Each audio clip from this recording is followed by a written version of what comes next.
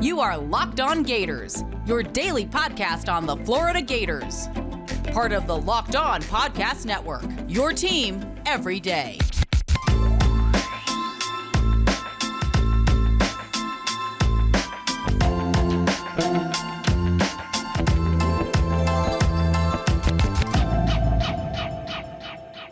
Just some other numbers. So there's a lot of different ones on here, but one of the main ones is this success rate. So this is how good you are at just, kind of staying on schedule with your offense. And Florida's about average in the nation for our offense. We're a little bit better at rushing than passing. And you look at Georgia and, so a little over 40% of plays are usually successful for an offense. Georgia, it's low 30s. It's almost 30% for passing, which is crazy low. Teams just are not able to find success in the passing game against them. And then their rushing attack, pretty similar, but they're slightly worse versus the run. They don't give up a lot of explosive plays either. Sorry, these 0.4 is that's EPA as well, right? So all of these are success rate. Explosiveness is like the expected points on a successful play. Got it. Yeah. So if you only looked at the good plays, how explosive are they? So they're really good at limiting any successful plays, and even the successful plays that they do allow aren't very successful. So I think one thing that kind of stands out is their front seven is really good. They limit the rushes. They absolutely kill teams on third down, so passing down situations. They're super good at those. They get a lot of tackles for loss and hits near the line of scrimmage with their front seven. They're not generating a lot of sacks. They, I think, are 127th in FBS at generating sacks. Super low sack rate.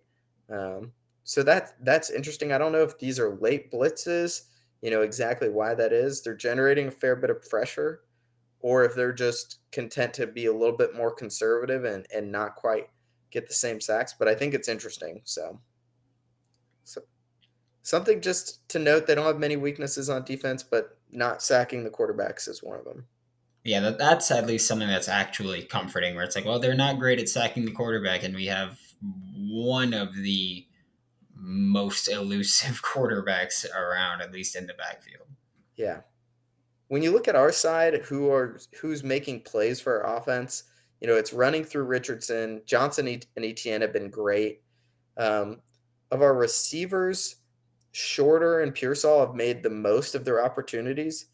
Wright and Henderson, they've gotten a lot of usage, but the expected points just haven't been there so far this season. That doesn't necessarily mean, we won't see these guys against UGA, or they might not bust a big play. Xzavier Henderson looked great last weekend, and sometimes you need those guys to break out, and they just need more opportunities. But right now, our best five are Richardson, Johnson, Etienne, and then Shorter, Pearsall. So if somebody's going to generate explosive plays in these games, I bet on those five guys, above anything else. I think to win this game, we've got to get some field position. If we get in scoring position, we have to get touchdowns, and we got to limit turnovers. And the EPA pass here that you see for Montrell, all the skill position players, is that on plays where they are targeted or get a catch, or? Yeah.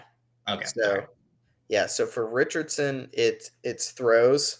For running backs, wide receivers, it's receptions, and then rushes, scrambles, sacks for Richardson, or just regular runs. So you can see we haven't had a lot of success throwing to our running backs this year, and we'll look at how that compares to Georgia. Here's what you were kind of interested in, is what are we doing and how well are we doing it? And so this is personnel. So we've been primarily an 11 personnel, so one running back, one tight end team, with a fair bit of 12 personnel, so almost 40%, 35, 40%. And then this is relative to everybody else in FBS. How much are we running that? And so you can see we're running 12 personnel a lot relative to the rest of college football. And for what's been successful for our offense, it's been by far the most successful personnel grouping we've had. And we kind of talked about this a little bit at the top, whether that's situational or what that is, but it's definitely been our best personnel grouping. Run versus pass, similar EPA generation, pretty even splits, 50-50, similar to the rest of FBS. Kind of what makes us a little bit distinct. We're running a fair bit of no huddle. Running a lot of shotgun. I think everybody does anymore. A lot of motion. So a lot of motion, a lot of no huddle, and actually a fair bit of RPO, but we haven't found much success running it, which has been surprising because I know that's something, one of the first installs you saw Richardson running under Mullen, like that Oklahoma game where those RPO pop passes. So I'm surprised we haven't been more successful there. Yeah, that one. I would have definitely thought that was something that you'd see more success on, but yeah, numbers don't lie. Let's see, passing tendencies. I think these were grabbing from the wrong place. Oh, dang it. All right. I meant to fix this. Ignore the wide out slot, tight end, running back targets, because I know these are wrong.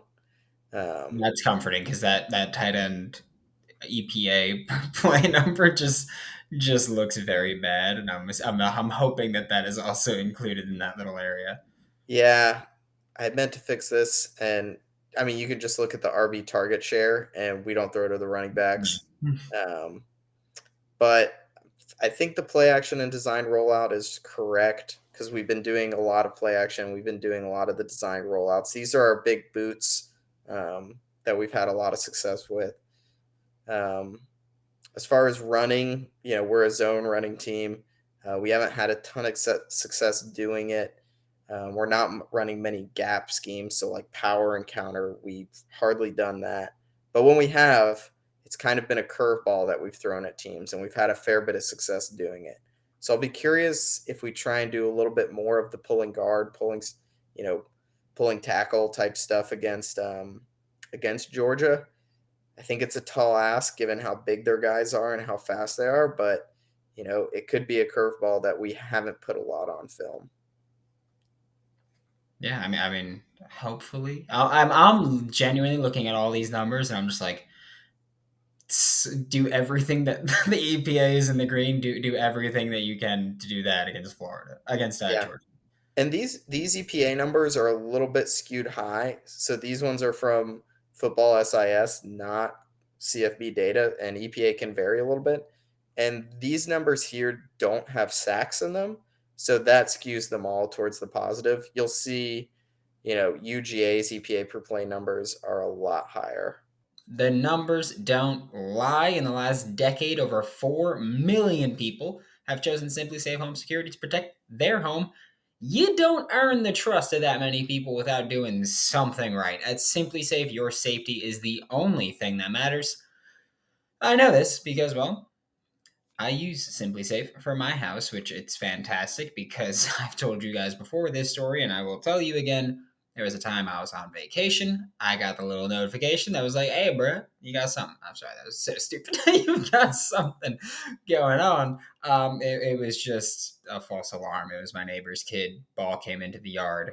They went and got the ball, and SimpliSafe was looking for smoke. I don't know what to tell you about that point, but it's good because I at least knew I was protected, even though it was a completely false alarm. You can customize the perfect system for your home in just a few minutes at simplisafe.com/LockedOnCollege. Save 20% on your SimpliSafe security system when you sign up for an interactive monitoring plan and get your first month free. Visit simplisafe.com/LockedOnCollege to learn more. And remember, there's no safe like SimpliSafe. Kind of switching to the other side, they've got a great offensive line. I think this wall of green is one of the first thing that stands out. And then you look at Stetson Bennett just getting a ton of explosive points. He's got receivers that just get a lot of yak, and he's a great situational scrambler, and he makes on-target throws. Brock Bowers, when he runs a route, he's probably getting targeted. Lad McConkey, he's great. Jackson, they've got guys all over the field. And then all of their running backs generate a ton of missed tackles. And one thing Florida's been really bad at is tackling. Um, we just have not been able to consistently be a great tackling team, especially in our front seven. And I think these are the type of guys who make you play. And these are the type of offensive lines who push you off enough to make the tackles tougher. So we've also really struggled to generate pressure.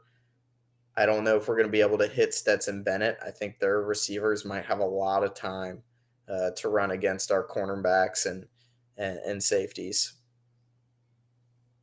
Yeah, it's I don't like this chart that much. It is not helpful. It's obviously helpful, but it is not favorable for the Florida Gators pretty much Yeah, anywhere that I'm looking. no. I mean, you look at their offense though, and there are some tendencies that make you feel maybe a little bit better. Um, it's a really efficient offense, so it's designed to stay on schedule, and they're not extremely explosive. They're a little bit below average in explosivity, which is surprising. So they want to stay on schedule. They're about 50-50 run pass split. They're a really good rushing team. So they're going to run the ball for 5 yards and then run it again for 6 yards and then run it again for 5 yards and then run it again for six and then throw the ball on a little out to Brock Bowers, who's going to get 10 yards. They're really good on third downs. They're better on third downs than we've been bad, and we've been very bad. They've got a great O-line, and we've struggled to generate much havoc. I think when I look at this, the recipe comes out where Georgia wants to be efficient, and they're not that explosive. So if Florida's going to sit back and try and be bend, don't break, keep everything in front of them, I think they're going to lose this game. I think the only way you win this game is to blitz, to get aggressive, play a lot of one high safety and bring another safety in to help and try and get tackles for loss, try and get pressures, try and get sacks, try and keep Bennett from scrambling. You're going to need a big game from Torrance or Dean to really keep you in this. And it's a tall ask. These guys are really good, and their running backs catch a ton of passes too. They generate a lot of EPA thrown to their running backs.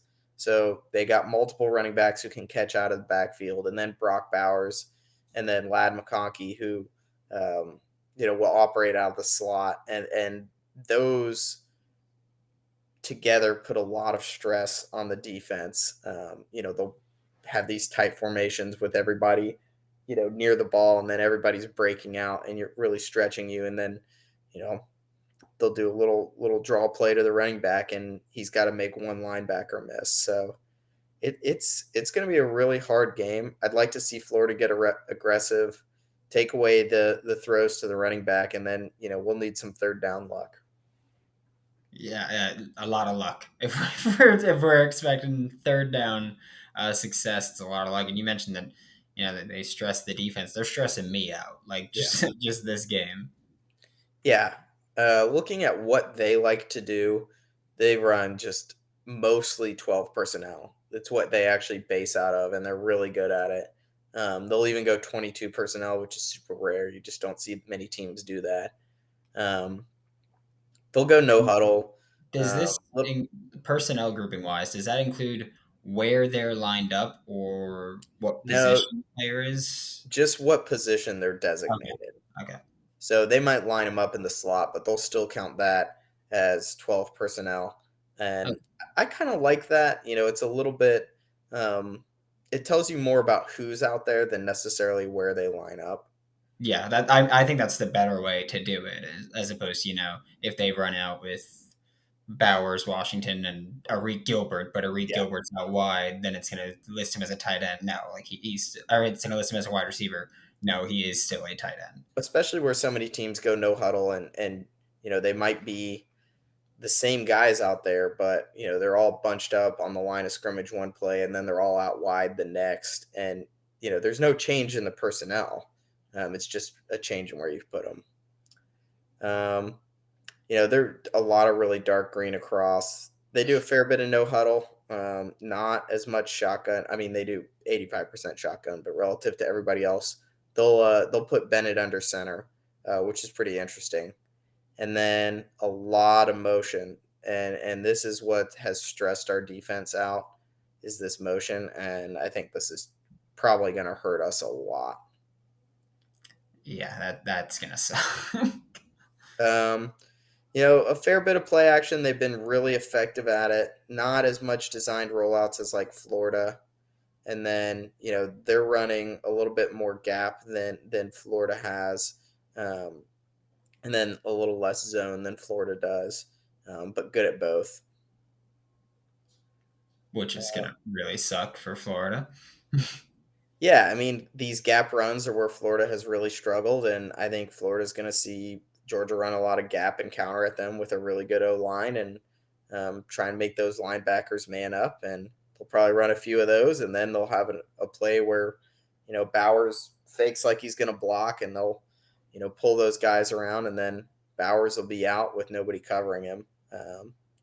It's a tall ask, and I think, it gets into just how do you stop something like that. So this is not a nice chart. It's a big table, but these are Florida's defense, and this is how Florida's defense has performed. Green is negative EPA per play, so this is good.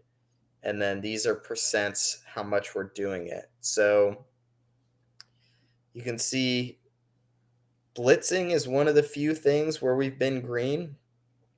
We're blitzing 27%, so that's not a huge amount, but we're not blitzing. When we've brought pressure, it's tended to work.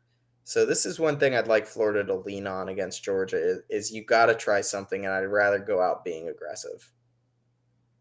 Yeah, it's way better to kind of, I guess, go out swinging at that point as opposed to just being like, okay, we're just gonna try to not give up the big play. And they're just going to march down and punch you in the face repeatedly. It's like, well, at least at that point, send 5 or 6 at Stetson Bennett or just at this offensive line and make them earn it. We've been primarily playing zone, a fair bit of man, and both of them have been bad. And I think if you're going to blitz, then you've got to be in man. And then if you're going to play a lot of man and blitz a lot, you probably a little bit better. Playing a one high safety look. We've mainly played one high, but our one high and two high both have been bad. So, play the aggressive one. Let's blitz. Let's play a lot of man. Let's play a lot of cover 1 and play a lot of cover 3 and put that safety down close to when we're not blitzing, try and help, cover Bowers, maybe bracket him, maybe, cover a running back out of the backfield, maybe spy Bennett. It'll be really interesting. These are Florida's defensive numbers, really bad against gap runs. So these are these counter runs, power that we talked about that I think Georgia's going to kill us with. We've been pretty okay against zone runs. Base personnel 3-3-5, counting Cox as a linebacker. Haven't been great. We've been a little bit better when we've changed tendencies and gone like 3-4-4, 4-2-5, but these are probably a little bit situational.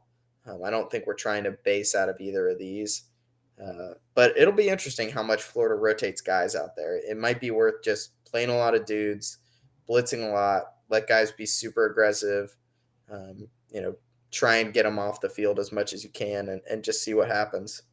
Yeah, and so this will list like 3-3-5s. Let's say the front is Prince Liam Mealy, Desmond Watson, Gervon Dexter. It's 3-3-5 if even Brenton Cox is on the line of scrimmage, if he's a stand-up edge rusher. Yeah, it's the same way as the offensive personnel. It's by what they're actually designated, not how they're lined up. Got it. 7-personnel box, which is 7-person box, which is a little bit heavy. Pretty much everybody's basing out a 6-man box these days. Well, we've brought 7 into the box, which has probably been situational. We've played a little bit better. When we get these safeties, go ahead and get them close to the line of scrimmage. We've been better. And I think this is where, we kind of I mentioned it earlier. I think Florida gets confused when we're asking these guys to show too high pre-snap and then rotate post-snap. Under Grantham, everything was, tried to be pre-snap rotations. They didn't really care. They were pretty loosey-goosey with it. If we were playing cover 3, you'd see a single high safety before the snap. Tony doesn't like to do that as much. He likes a lot of post-snap rotation. I think these 7-man boxes are when we just say, screw that. We're bringing the guy down. We know our call. And I think that's where we've been best. So, this is kind of what I'm thinking. If we're going to stop Georgia, go ahead and let's bring the safety down and let's blitz a lot and just go out aggressive. Yeah, I mean, Tony likes to do that thing that Ron Roberts at Baylor, obviously the guy who kind of brought Tony up, had saying that he loves using, which is like never show the quarterback the same thing post snap that you've shown them pre snap. Yeah. And that's kind of the same approach here with Patrick Toney and this Gators defense. Yeah, and I think you will, confuse the opposing quarterback. The problem is our guys are pretty confused a lot too. As the sun comes out and small businesses are back in business, LinkedIn Jobs makes it easier for you to grow your team. LinkedIn Jobs helps you find the people that you want to interview faster and for free. With simple tools like screening questions, it makes it easy for you to focus on candidates with just the right skills and experience so you can quickly prioritize who you'd like to interview and hire. It's why small businesses rate LinkedIn Jobs #1 in delivering quality hires versus leading competitors. And did you know that nearly 40 million job seekers visit LinkedIn every week? That's pretty impressive. Post your job for free at linkedin.com/lockedoncollege. That's linkedin.com/lockedoncollege to post your job for free. Terms and conditions apply. That's pretty much all I had for the matchup and my thoughts on it. I just kind of had a little bit on third down. If we want to talk about that, up to you. Yeah, if you've got time, we'll do it. Yeah, so let's talk about that and then kind of finish up. So Florida's been really, really bad, like as bad in the nation as you could be on third down. And so one of the things me and Seth Varnador were talking about, trying to figure out are you bad at one distance? Are we in a lot of short yardage situation? What's going on? So we plotted up third down distance, and then Florida's in the blue, the conversion rate by the opposing teams, and red is everybody else in FBS. And we've been bad at short distances, we've been bad at mid distances, we've been bad at long distances, and we've been bad at very long distances. And you can kind of set an expectation based, and if you actually look overall, the down and distance for all of our third downs together, they're actually pretty close to average. So average is like 7.2 yards on third down, and Florida's like 7.1. So we're pretty much average. We're roughly the same as Alabama, which is here. And, you might expect us to have a conversion rate that's like in the high 30s, and instead we're up here almost at 55%. So it's really bad.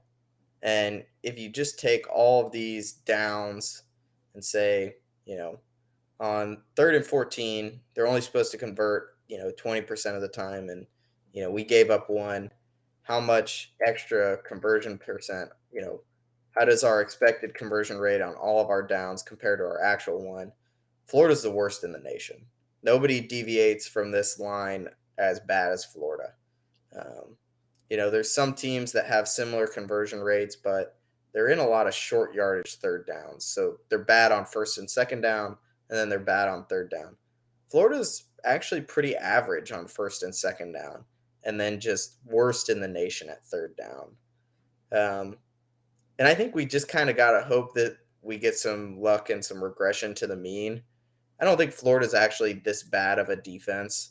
I don't think we're a great defense, but I don't think we're this bad, worst in the nation on third downs. I don't think that's something that's going to continue the rest of the year.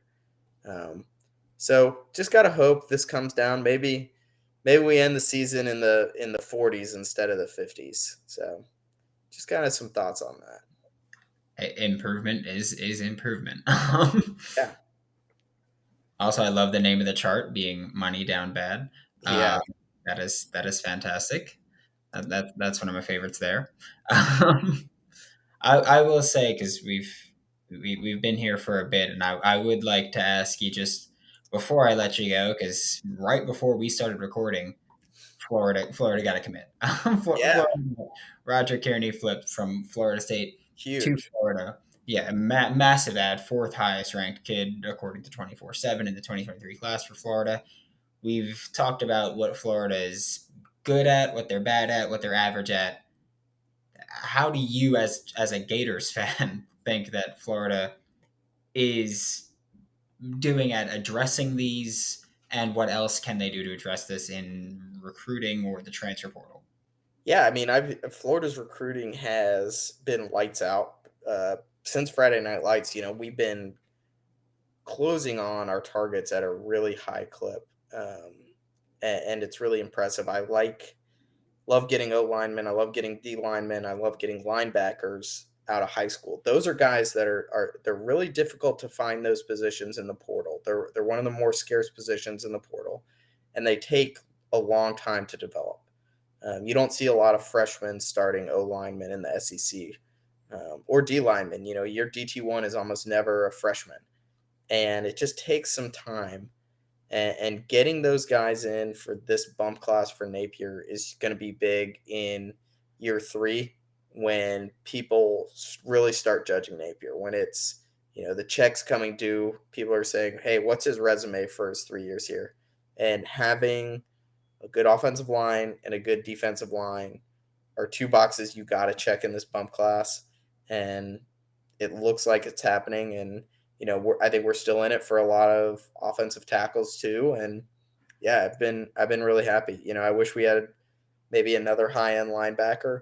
Um, the skill position guys, I love our receiver class, but you can get DBs, you can get wide receivers, you can get running backs, you can get QBs out of the portal. Really tough to find the trench guys, so I love landing a really good trench guy tonight.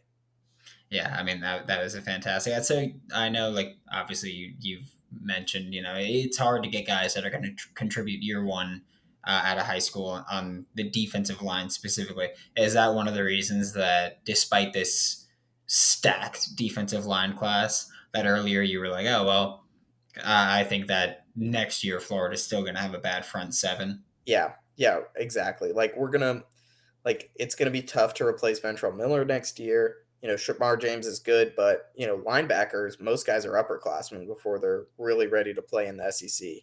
Um, and I just think you can bring in all of these great D line guys, and I think they're going to be great rotation pieces. Um, but I think we're going to probably be missing Dexter. And I don't think we've seen, maybe McClellan will end up being a guy who really breaks out and steps up this year. Um, but I don't think you've really seen somebody behind Watson who has been able to play a lot of snaps and play consistently. So I think it's going to be hard next year on the front seven, even with all those young guys. I don't necessarily expect any of them to come in and be playing, 20 plus snaps next year and making a huge impact. But, it can happen. Yeah, we can certainly hope, right? Yeah. Until we're let down, Yeah. we can hope. Thank you so much, bud. Let everybody know where they can find you, find any of the awesome charts that you put out every week for the Florida Yeah. Gators. So pretty much everything I showed you got a little preview of it, but I'm going to drop most of it tomorrow on Twitter at jbuddavis. So yeah, thanks for having me. I always love talking Gator football. So happy to Yeah, be here. thanks. It was great to just like learn, like just sit here and just kind of get taught all this stuff. So it was awesome. Thank you so much.